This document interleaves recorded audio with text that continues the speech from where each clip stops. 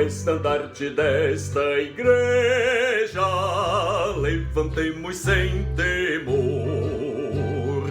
Ela é muito amada esposa do bendito Salvador.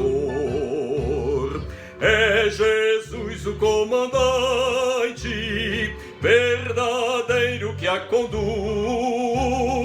Somos nós os seus soldados nesta igreja de Jesus.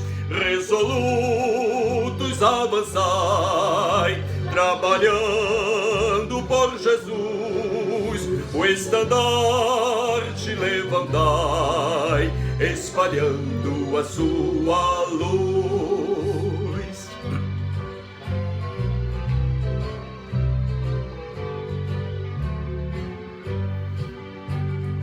Ó igreja, dediquemos nossos corpos ao Senhor.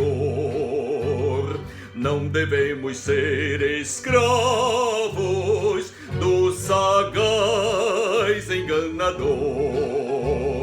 As riquezas são-nos dadas pela eterna mão real, e o Senhor do céu observa se fazemos bem ou mal. Resolutos avançai, trabalhando por Jesus. O estandarte levantai, espalhando a sua luz.